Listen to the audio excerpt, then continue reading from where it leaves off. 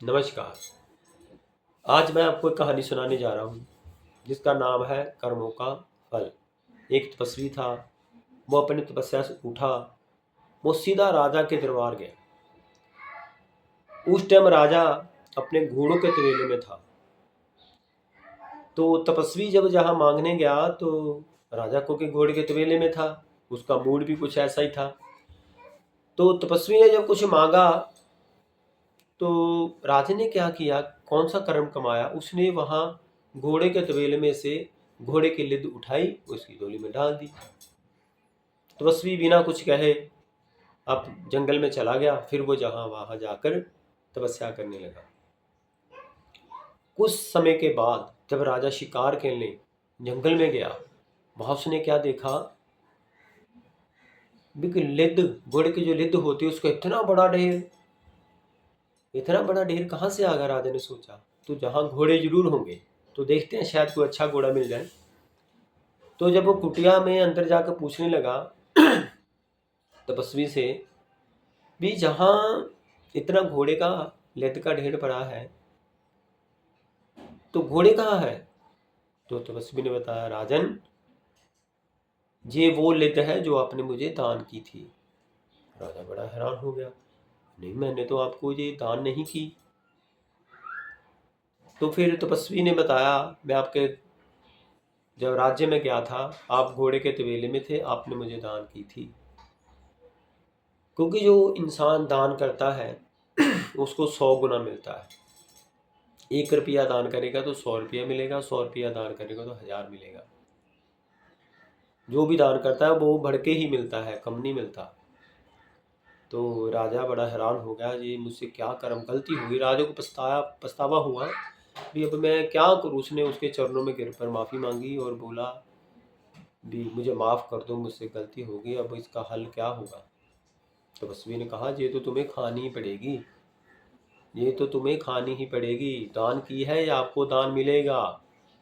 जब आप आदमी अच्छे कर्म करता है उसको अच्छा फल मिलता है, जब बुरा करता है तो बुरा फल मिलता ही है, ये खाना ही पड़ेगा। तो राजा रोने लगा, गिड़गिड़ाने लगा, नहीं मुझसे गलती हो गई, मुझे माफ़ कर दो, अब कोई हल बताओ। तो तपस्वी ने कहा, एक कर्म बताता हूँ, अगर आपने कर लिया तो आपकी ये जो लेद का ढेर है ये समाप्त हो जाएगा। तो राजा ने पूछा, ठीक है जी बताओ। तो तपस्वी ने बताया, आपकी बेटी है ना, है। उसको आपने क्या करना है, हाथी पर बैठाकर अपनी गोद में, बेटी आपकी बड़ी है ना, उसको गोद में बैठाना है। तो आपकी बेटी आपको तो पता ही है, लेकिन आपने क्या करना, अपनी गोद में बैठाकर पूरे अपने राज्य में घूमना है पूरा दिन। जब घूम लोगे फिर मेरे पास आना। तो राजा गया, उसको तो पता ही मेरी बेटी है। उसने अपनी बेटी को बुलाया, बेटी आज हमने घूमने जाना है, पूरे आपके राज्य में घुमाऊंगा आपको। राजा ने अपनी बेटी को साथ में लिया, हाथी पर बैठे, उसको अपनी गोद में बिठाया। तो उसको बिल्कुल पास में बिठा के गोद में बिठा लिया। तो पूरे शहर के चक्कर लगाने लगा।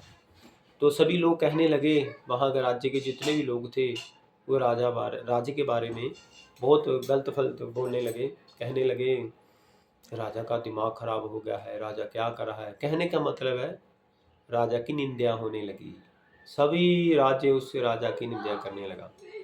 जैसे जैसे निंदा होती गई वैसे वैसे वो लेद थी जो उसके खाते में जाती रही। जिसने भी राजा की निंदा की वो लेद उसको जाती रही, सभी को मिल गई लेद। चलो राजा ने वो कर्म कमा लिया, अपने राज्य में वापस चला गया। फिर दूसरे दिन उस तपस्वी के पास गया तो देखा वहाँ लेद नहीं थी, क्योंकि वो लेद लोगों ने खा ली निंदा करके। तो वहाँ वही लेद पड़ी थी जो उसने दान की थी। जितनी दान की थी ना उतनी ही पड़ी थी। तो तपस्वी ने बोला कि ये आपको खानी पड़ेगी, ये नहीं आप कम होगी, क्योंकि आपने जो दान किया है वो ये दान लिद्द आपको खानी ही पड़ेगी। तो राजा ने कहा, ये मैं कैसे खा सकता हूँ, ये तो मैं खा नहीं सकता, इसका भी हल कोई बताओ।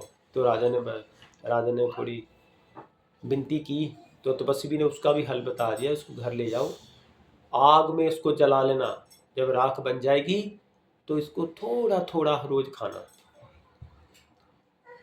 तो राजा वैसे ही करने लगा। उसने घर गया, अपने राज्य में गया, उस लिद्द को, घोड़े की लिद्द को जलाया, राख बनाई और थोड़ा थोड़ा रोज खाने लगा।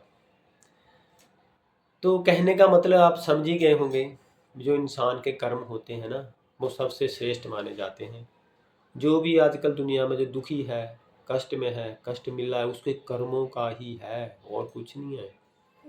तो इसलिए अपने कर्म अच्छे रखने चाहिए। जो भी ज़िंदगी आपका आपका ज़िंदगी का समय है व्यतीत हो रहा है, उसमें आपको समझदारी से ही चलना है। कोई ऐसा कर्म ना हो कि जिसकी आपको सज़ा मिले। क्योंकि देखो, जब हम अच्छे काम करते हैं कितनी उम्मीदें रखते हैं, हमने आज अच्छा काम किया, हमें अच्छा फल मिलेगा। अरे जब बुरा करते हो तो बुरे का भी फल मिलेगा। जब अच्छे का मिलता है तो बुरे का क्यों नहीं मिलेगा? वो अलग बात है भी। उस भगवान को याद करके, उसका सिमरन करके, उसकी भक्ति करके ऐसे पाप को नष्ट किया जा सकता है। लेकिन कर्म ऐसे करो ही ना जिसकी सजा मिले। जय माता दी।